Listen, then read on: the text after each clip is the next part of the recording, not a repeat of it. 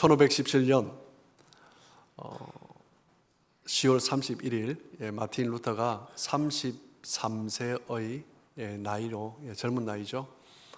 그 젊은 사제가 비텐베르크 성당 정문에 종이를 하나 붙였습니다. 95개조 반박문이죠. 못으로 쾅쾅쾅 박으면서 거기를 붙였어요. 그 내용은 당시 교황의 잘못된 부분들과 어떤 정치적인 문제, 어떤 왜곡된 진리, 십자군 전쟁 등에 관한 이야기들, 그리고 결정적으로 우리가 잘 아는 면죄부 판매 사건 때문이죠. 로마의 베드로 대성당을 짓기 위해서 재정이 많이 필요했기 때문에 면죄부를 팔면서 어떤 개혁적인 사제들로부터 반발을 일으켰습니다. 마틴 루터가 95개조 반박문을 붙인 그 비텐베르크 성당은 당시에 비텐베르크 대학의 공적 토론 장소였습니다. 그래서 대학에서 함께 토론할 때 비텐베르크 성당에 모였죠. 그리고 뿐만 아니라 대학에서 교수들이나 또 학자들이 논문을 발표할 때 그 비텐베르크 성당의 정문은 그 논문을 발표하는, 게시하는 장소로 사용되었습니다. 그렇기 때문에 마틴 루터가 95개조 반박문을 비텐베르크 성당에 붙인 것은 당시에 마틴 루터가 비텐베르크 대학의 성서 교수였습니다. 히브리서, 로마서 그런 것들을 강의를 했었죠. 그런 중에 잘못된 부분에 대해서 공적 토론 장소에서 토론을 하자라는 것입니다. 그리고 설에 의하면 그 반박문을 정문에 붙일 뿐만 아니라 대학의 총장에게도 전달했습니다. 그러면서 우리가 토론을 해보자라는 거죠. 루터의 95개조 반박문 가운데 몇 가지만 소개해드리면 제1조 기초가 되는 거죠. 우리 주님이시며 선생이신 예수 그리스도께서 회개하라고 말씀하셨을 때 그분은 신자의 온 삶이 회개가 되어야 함을 뜻하셨다. 믿을 때, 회개할 때 그때부터 주님께 회개함으로 나오라는 거죠. 27조 돈이 헌금함에 떨어지는 순간 영혼이 연옥에서 풀려난다는 주장은 사람의 헛된 교리를 전파하는 것이다. 제43조 그리스도인들은 면죄부를 사는 것보다 가난한 자들에게 나누어 주거나 궁핍한 자에게 구워주는 것이 더 낫다는 것을 배워야 한다. 제86조 오늘날 가장 부유한 크라수스보다 더 부유한 교황은, 크라수스는 장군이고 정치가이기도 했는데 당시 로마에서 제일 부자였던 사람이라고 합니다. 가장 부유한 크라수스보다 더 부유한 로마 교황은 왜 성 베드로 성당을 가난한 신자들의 돈이 아니라 자기 돈으로 짓지 아니하는가? 직접적인 질문을 교황에게 던진 거죠. 로마 가톨릭의 부패와 교황의 그 부패함에 대해서 마틴 루터는 젊은 교수죠. 마틴 루터는 저항의 질문을 던졌습니다. 그 질문이 유럽 전역의 개혁자들의 불씨가 되었습니다. 그래서 대표적인 개혁자 중에 루터로부터 시작해서 찌빙글리, 멜랑히톤, 또 우리가 잘 아는 프랑스의 존 칼빈, 이런 사람들로 불길이 확 치솟아 올랐습니다. 그것은 어떻게 보면 루터도 상상을 하지 못한 것이었습니다. 그냥 비텐베르크 대학에서 한번 토론을 하자라는 의미가 유럽 전역으로 독일에서부터 스위스, 프랑스, 영국, 어디 할 것 없이 전역으로 불타올랐던 것입니다. 그것이 이제 1517년 508년 전에 10월 31일 그 95개조 반박문을 붙이면서 시작이 되었고, 우리는 그날을 기념해서 종교개혁 기념일로 지키고 있습니다. 오늘날 기독교는 천주교의 그 잘못된 부패한 부분에 저항하면서 시작했기 때문에 프로테스탄트 철치라고 그렇게 부릅니다. 번역을 하면 개신교인데 개신교라는 의미보다 더 중요한 것은 개혁한다, 리폼드 한다. 프로테스트의 의미를 두는 것보다 리폼드, 원래의 바른 것으로 돌아가야 한다.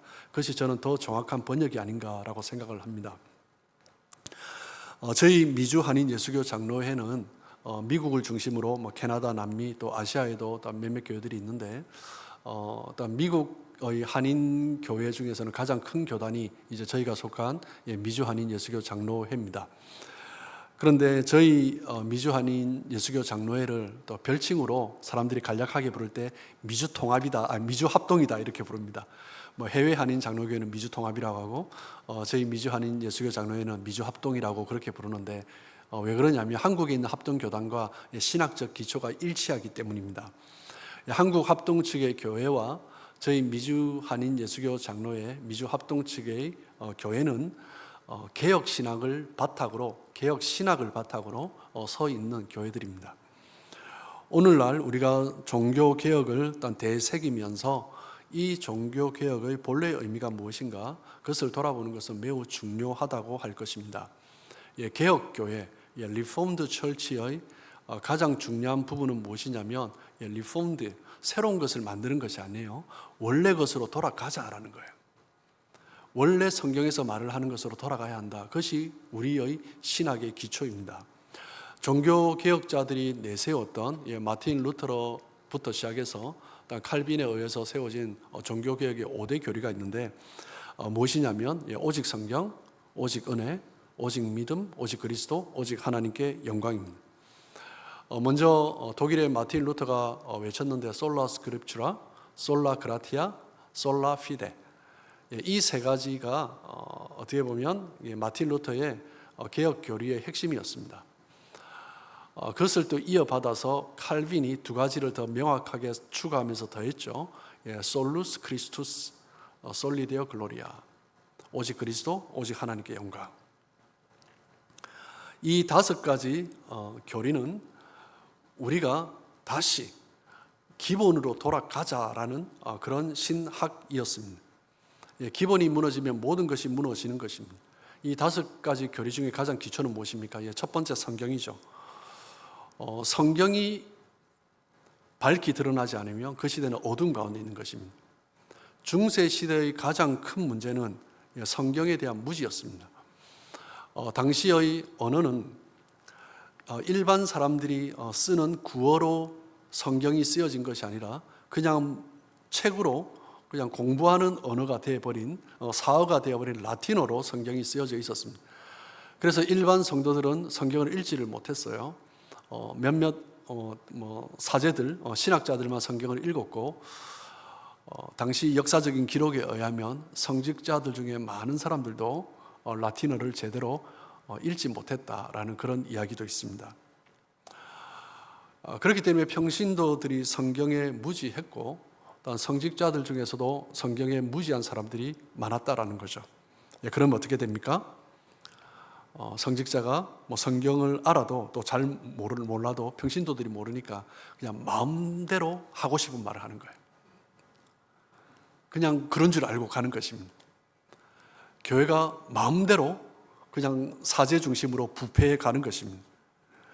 로마 가톨릭 교회의 가장 심각한 부패의 원인은 하나님의 말씀을 무시했기 때문입니다. 종교개혁의 기초는 무엇입니까? 성경으로 돌아가자는 것입니다. 마틴 루터가 종교개혁을 하면서 첫 번째 95개조 반박문을 일단 사용하면서 시작이 되었는데 종교개혁의 공헌 중에 가장 큰 공헌 중에 하나가 무엇이냐면 라틴어 성경을 독일어로 번역한 것입니다. 일반 성도들이 독일어 성경으로 자기 언어로 성경을 읽게 한 거죠. 일반 대중이 성경을 읽을 때 성경이 말하는 교회가 무엇인가, 신앙이 무엇인가 그것을 제대로 알 수 있기 때문입니다. 당시 어둠 가운데 있었습니다. 무지했습니다. 그 가운데 필요한 것이 무엇입니까? 말씀입니다. 오늘 우리가 함께 읽은 요한복음 1장 5절 말씀을 보시면 빛이 어둠에 비치되 어둠이 깨닫지 못하더라. 어떻게 보면 그 당시의 상황을 잘 보여주고 있는 거예요.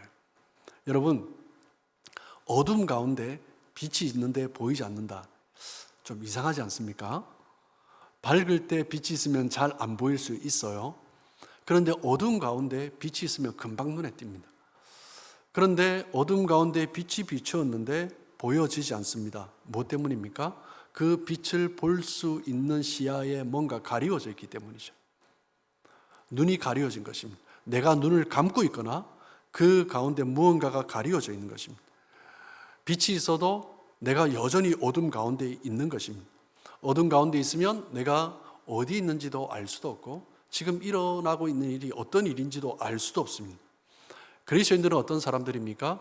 빛을 따라가는 사람들입니다. 하나님의 말씀을 따라가는 사람들입니다. 그 하나님의 말씀, 빛을 따라가지 않으면 여전히 어둠 가운데서 헤매고 있는 거죠. 그래서 종교개혁자들이 외쳤던 첫 번째 구호가 무엇입니까? 솔라 스크립추라, 오직 성경. 우리가 먼저 성경으로 돌아가야 한다.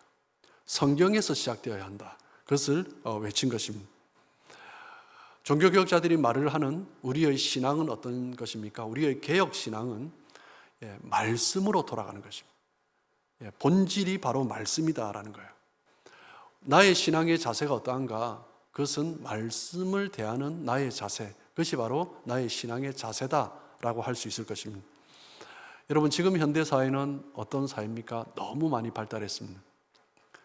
과학, 기술, 요즘은 문화까지, 또 한국 사람들의 입장에서는 K-문화까지 정말 너무나 정말 가득한 것들이 우리의 눈을 가리고 있습니다. 우리 눈에 보여지는 것들이, 화려한 것들이 너무나 많습니다. 그러면 우리는 자칫 정말 봐야 될 것을 못 볼 수가 있는 거죠. 이 시대를 대표적인 사상이 무엇입니까? 다원주의라고 하죠. 다원주의는 여러 원리들을 다 인정하는 것입니다. 그냥 여러 진리들을 다 인정해 주는 거예요. 그 말을 다르게 표현하면 절대적인 진리가 없다라는 거예요. 우리 기독교는 유일한 진리를 말을 하는데 유일한 진리를 말하는 것은 잘못되었다라는 거예요. 이 진리도 존중하고 저 진리도 존중하고, 처음 나타나는 진리, 그냥 내 생각을 나타내면 또 그것이 진리가 되는 것입니다. 오늘날 세상은 진리를 자기 만족할 수 있는 그 자리에 사람들이 진리를 올려놓습니다. 내가 찾아내는 참 진리가 아니라 내가 원하는 것을 설명해 줄 수 있는 진리를 찾습니다. 그래서 자기 만족의 시대죠. 참 진리를 발견해도 나에게 만족이 되지 않으면 보여지지가 않습니다. 자기 만족이라는 눈에 가려져 있기 때문이죠. 참 진리가 무엇인가 보다 내가 만족하냐, 내 마음에 드냐 안 드냐, 그게 더 중요한 것입니다. 이 시대의 현상을 향하여서 C.S. 루이스는 말을 하기를, 현대인들은 너무 경박하다, 이렇게 표현을 했습니다. 현대적 경박성은 영적 둔감의 징후다라고 말을 했습니다. 현대인들이 추구하는 것을 보면 웃음이죠. 오락입니다. 즐거움을 따라갑니다. 이번 주 토론토가 1대1로 마무리되어서 안타깝지만 또 우승하기를 또 내심 바라면서, 그것이 우리의 삶을 이끌어가서는 안 된다라는 거예요. 많은 사람들이 진리를 외면하고 영원한 것을 외면하고 눈에 보이는 즐거움을 쫓아서 살아가고 있다라는 거예요. 나에게 자극을 주는 것, 나를 만족시켜주는 것. 그러다 보니까 사람들이 요즘 영상을 받아요. 유튜브, 개인 이제 송출 시대죠. 그런데 이 유튜브도 보면 요즘은 이제 숄츠가 또 많이 발달하지 않습니까? 긴 영상보다, 긴 영상을 사람들이 안 봐요. 보다 그냥 멈춰버립니다. 그래서 숄츠로 해요. 짧은 영상을 봅니다. 그래서 틱톡이, 젊은이들 가운데는 틱톡이 굉장히 유행하고 있는 것으로 알고 있습니다. 빠른 정보, 즉각적인 반응, 짧은 영상, 그것을 쫓아가고 있는 세대입니다. 다른 말로 표현하면 무엇입니까? 진지한 것을 좋아하지 않습니다. 깊이 들어가는 것을 좋아하지 않습니다. 시간이 필요한 것을 좋아하지 않습니다. 그냥 순간적인 것, 그냥 가볍게 나를 터치해 주는 것, 딱 보면 뭔가 감각이 오는 것, 그런 것을 좋아하는 것입니다. 이 시대의 약점 중에 하나가 무엇입니까? 피상성입니다. 그냥 껍데기만 보고 쫓아가는 거예요. 진지하게 생각하지 않고, 깊이 생각하지 않고 결정하고 살아가는 것입니다. 정말 진리를 발견하려면 시간이 필요합니다. 진지함이 필요합니다. 깊이가 필요합니다. 그런데 사람들은 진리를 발견하는데 시간을 내려고 하지 않습니다. 진리를 찾는데 진지하게 다가가지 않습니다. 설교를 들어도 너무 진지하면 힘들어합니다. 설교가 귀에 바로 쑥 들어와야 됩니다. 그래서 저보다 조금, 저처럼 이렇게 진지하고 재미없는 설교보다 많은 사람들이 재미있는 설교를 좋아합니다. 감각적인 설교를 좋아합니다. 뭔가 성령의 역사가 눈앞에 확 보이는 설교를 좋아합니다. 많은 사람들이, 많은 설교자들이 청중들의 기호에 맞춰서 그런 것들을 따라갑니다. 하나님의 역사라고 말을 하는데 너무 경박해요. 성령의 역사라고 말을 하는데 너무 가벼워요. 그러다 보니 깊이 있는 설교가 부족하고 감각적이고 감성적이고, 설교 시간도 점점 짧아지고 있는 것 같아요.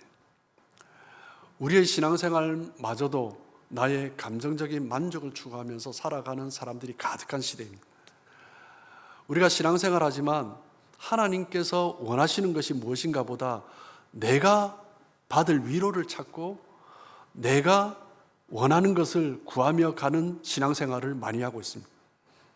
말씀을 통한 자기 성찰은 자기 성찰, 나의 회복은 뒷전이고 말씀을 통한 나의 만족을 쫓아가는 시대를 우리는 살아가고 있습니다.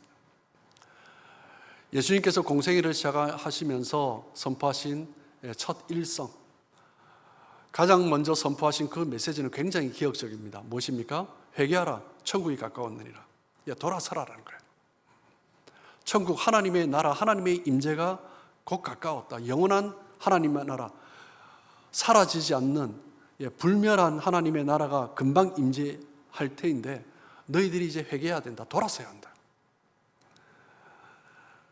하나님의 복음을 믿으라라는 말씀입니다. 너희가 지금 가고 있는 길에서 돌이켜서 하나님 앞으로 나아가야 한다는 거예요. 여러분, 우리가 어떻게 하나님 앞으로 나아갈 수 있습니까? 어떻게 우리가 삶의 방향을 돌이킬 수 있습니까? 우리 가운데 오신 그분을 받아들이고 그분을 믿는 것입니다. 그분이 바로 태초에 계신 말씀이고 우리 가운데 말씀으로 오셨습니다. 여전히 어두운 가운데 있는 우리들을 향하여서 빛으로 오신 거예요. 그 말씀으로 우리가 다시 돌아갈 때, 그 말씀을 붙들고 나갈 때 오직 믿음, 오직 은혜, 오직 그리스도, 그리고 오직 하나님께 영광, 그 삶을 살아갈 수 있는 것입니다. 오직 성경, 그 당시 루터와 개혁자들이 외쳤던 솔라 스크립추라는요, 성경보다 더 권위가 높아져 있는 로마 교황의 그 권위에 대해서 반대하는 것입니다. 우리 그리스도인의 유일한 권위는 말씀이어야 한다는 거예요. 우리 그리스도인의 유일한 권위가 말씀이고 그 말씀이 최종 권위여야 한다는 거예요. 그런데 당시에 로마 교회는 최종 권위가 교황에게 있었습니다. 그래서 그 방향성을 틀어라라는 거예요. 우리의 최종 결정 권위는 성경에 있다. 솔라 스크립추라. 모든 교리의 방향성을 제시하고 있는 성경. 그렇기 때문에 오직 성경이 다른 교리들 앞에 첫 번째 자리에 위치해 있는 것입니다. 여러분, 우리의 신앙생활은 무엇에 따라 결정된다고요? 내가 말씀을 어떻게 보고 있는가? 말씀에 대해서 내가 어떻게 자세를 취하고 있는가? 거기에 따라 결정되는 것입니다. 내가 눈앞에 보이는 여러 일들이 있지만 나는 그 일들 가운데 말씀에 따라 결정하는가? 아니면 이 시대 흐름에 따라 결정하는가? 나의 최종 권위는 무엇인가? 나의 만족인가? 이 시대 흐름인가? 아니면 오직 말씀인가? 정말 이 시대가 많은 사람들이 그래서 말을 하기를 개혁이 필요하다라고 말을 합니다. 리폼드 철치는요, 계속 원래의 자리로 돌아가야 한다. 그것을 외치는 것입니다. 예수님께서 광야에서 40일 금식하셨습니다. 그 금식하신 이후에 마귀가 찾아왔죠. 유혹을 했습니다. 그 첫 번째 유혹이 무엇입니까? 이 돌로 떡덩이를 떡으로 만들어라라는 거예요. 예수님은 육신을 입고 이 땅에 오셨기 때문에 인간의 감정과 인간의 배고픔 다 느끼셨습니다. 얼마나 배고프셨겠습니까? 그리고 그 광야에서 정말 목도 타들어갔을 것입니다. 예수님의 필요를, 지금 가장 필요한 것이 무엇인가? 마귀는 그것을 가지고 유혹하는 것입니다. 예수님의 배고픔을 마귀는 자극한 거죠.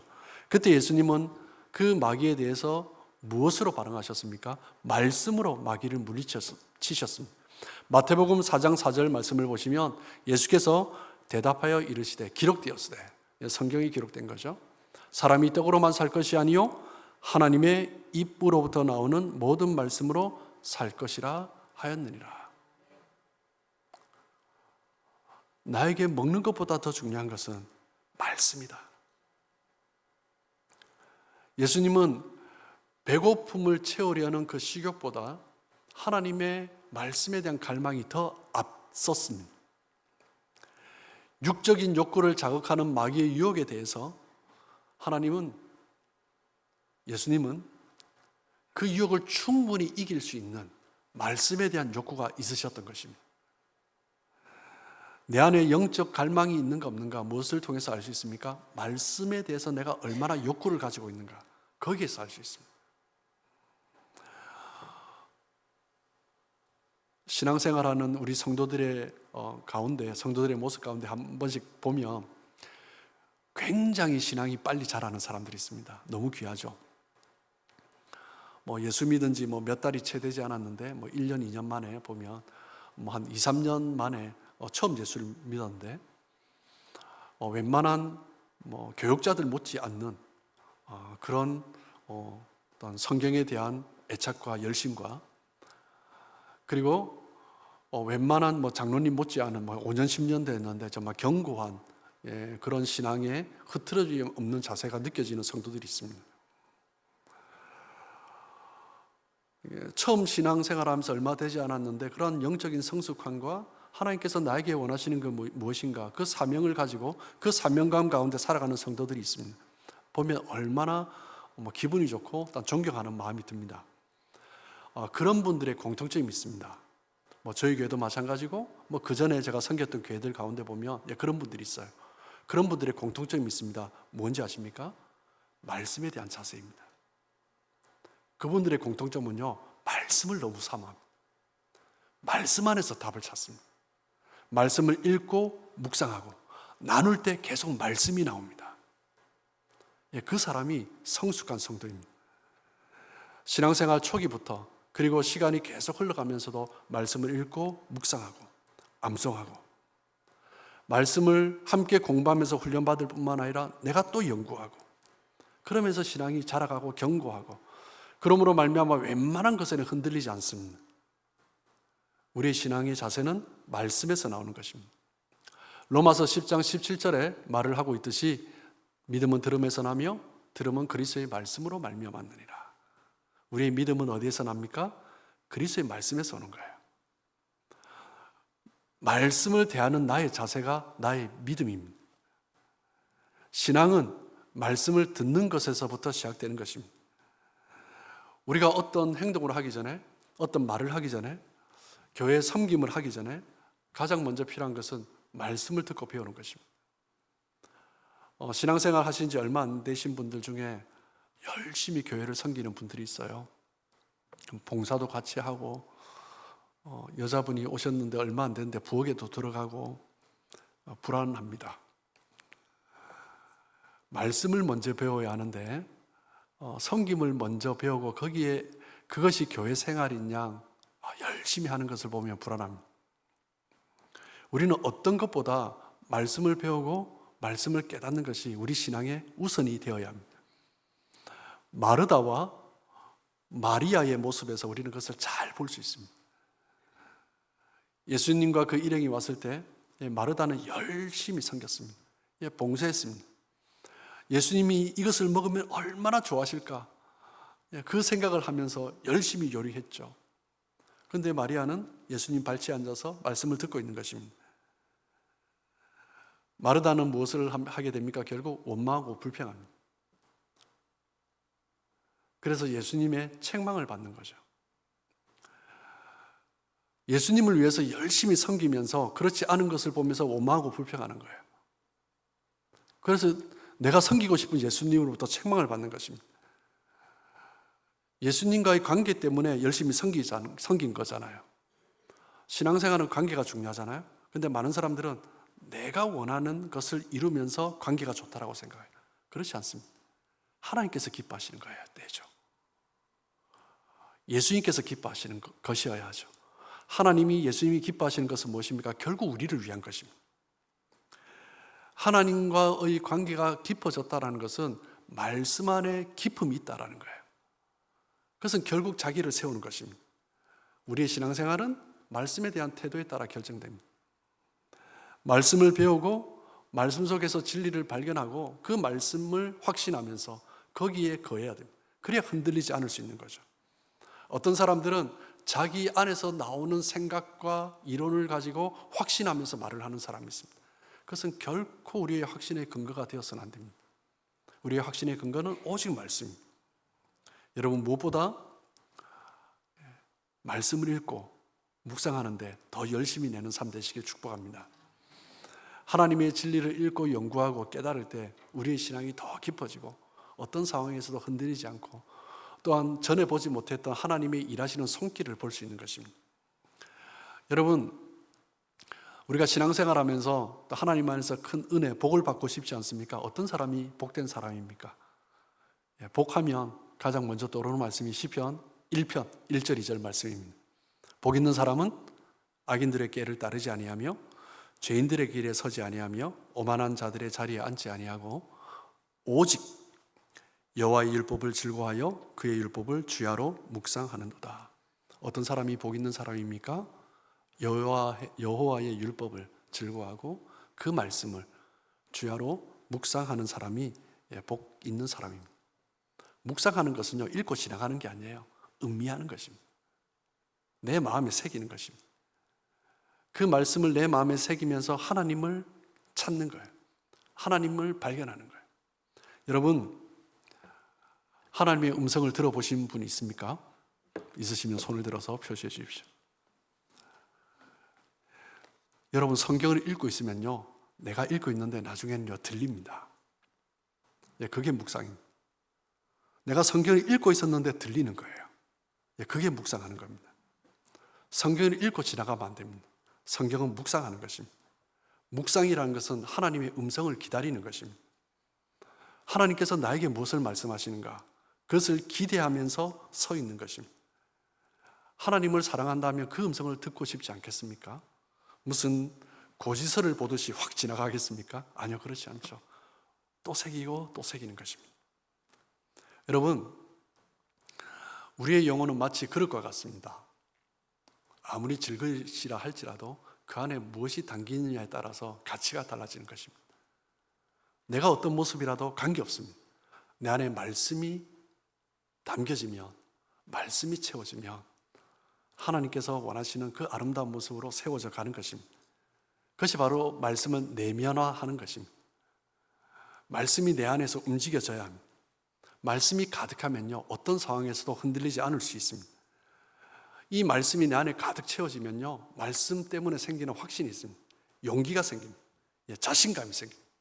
담대함이 생깁니다. 여동치 않습니다. 내면의 세계를 말씀으로 확고하게 다진 사람은요, 어떤 위험도 감수할 용기가 생기는 것입니다. 어떤 사람들이 볼 때는 너무나 큰 문제로 보이는데 문제로 보이지 않는 거죠. 저는 신앙생활하면서 그런 모습을 참 많이 봅니다. 똑같은 문제인데 어떤 분은 별 문제 아닌 것처럼 반응하는데 어떤 분은 너무 큰 문제로 자꾸 이야기하는 거예요. 뭐 때문입니까? 그 안에 말씀이 있냐 없냐의 차이점입니다. 시편 1편 1절을 다시 한번 보시면 복 있는 사람은 악인들의 꾀를 따르지 아니하며 죄인들의 길에 서지 아니하며 오만한 자들의 자리에 앉지 아니하고. 지금 우리가 살아가는 이 세상엔요, 악인들과 죄인들과 오만한 자들이 너무나 많습니다. 하나님의 말씀을 찾는 것에 내가 시간을 들이고 애써 노력하지 않으면 우리는 감각적인 사람들이 말을 하는 것을 쫓아가며 어느 순간 악인들의 꾀를 따르고 있고 죄인들과 함께 걸어가고 있고 오만한 자들과 함께 그 자리에 앉아 있는 것입니다. 세상에는 우리를 깨고 우리를 넘어뜨린 자들이 얼마나 많은지 모릅니다. 그런데 복 있는 사람은요, 이 사람이 악인인지 죄인인지 오만한 자인지 아니면 나에게 복을 주는 사람인지 그것을 분별할 수 있습니다. 누가 분별할 수 있습니까? 말씀으로 보는 사람. 진리의 눈이 밝으면요, 나를 도와주는 사람과 나를 쓰러뜨리는 사람을 발견할 수 있습니다. 말씀이 내 안에 채워져 있으면요, 나를 흔드는 사람과 나를 붙들어주는 사람을 발견할 수 있습니다. 이 눈이 열려야 합니다. 이 눈이 어떻게 열립니까? 말씀이 있으면 열리는 거예요. 다른 사람이 볼 때는 망하는 길인데 말씀이 있으면 그것을 붙들 수 있는 것입니다. 저는 그런 묵상을 할 때 생각나는 사람이 있습니다. 또 마리아입니다.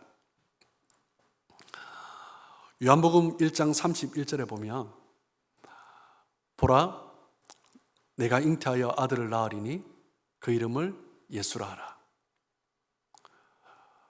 마리아에게 정말 청천벽력과 같은 소식이 하나님이 가브리엘 천사를 보내주셔서 말씀해 주셨습니다. 잉태해서 아들을 낳을 것이다. 남자를 경험해보지 않은 이 어린 소녀가 아이를 낳는다는 것은 너무나 힘든 일입니다. 감당할 수 없는 일입니다. 기록에 의하면 당시 마리아의 나이가, 우리 춘향이 나이가 그때 28청춘 16세였다고 하잖아요. 마리아의 나이가 12세에서 15세 사이 정도였으로 추측하고 있습니다. 얼마나 어린 소녀입니까? 잉태한다는 거예요. 그 소녀에게 이런 일이 일어난다는 것은 정말 날벼락 같은 일이 일어나는 것입니다. 그런데 마리아가 어떻게 반응합니까? 38절을 보시면 마리아가 이르되 주의 여종이오니 말씀대로 내게 이루어지이다 하며 천사가 떠나가니라. 말씀대로 내게 이루어지이다. 주님의 말씀에 반응하는 거예요. 네, 그렇습니다. 이 마리아의 반응은요, 네, 그렇습니다라고 그냥 인정하는 정도가 아닙니다. 이 말씀을 잉태하는 겁니다. 마리아가 예수님을 잉태하기 이전에 먼저 잉태한 것이 있습니다. 무엇입니까? 말씀을 잉태한 것입니다. 말씀을 내 안에 품고 있었던 것입니다. 그러니까 주님의 말씀을 그대로 받는 거예요. 하나님의 역사는 어떤 사람들을 통해서 나타납니까? 그 안에 말씀이 잉태되어 있는 사람을 통해서 하나님의 역사가 일어나는 것입니다. 내 안에 말씀이 채워지지 않으면 말씀이 와도 받아낼 수가 없습니다. 어떻게 말씀대로 내게 이루어지다라는 말을 할 수 있겠습니까? 마리아는 어린 소녀지만 너무나 당당하고 확고하게 이야기를 합니다. 앞으로 일어날 일이 어떤 일인지 잘 모르지만, 돌팔매를 맞을지, 사람들의 온갖 조롱이 있을지 잘 모르지만 말씀이면 저에게 이루어질 것입니다. 이 어린 소녀가 왜 이런 고백을 할 수 있습니까? 1장 38절 앞절을 보시면 37절에 이런 고백을 합니다. 대저 하나님의 모든 말씀은 능하지 못하심이 없느니라. 이 신앙이 있는 거예요. 아주 평범한 어린 유대 소녀.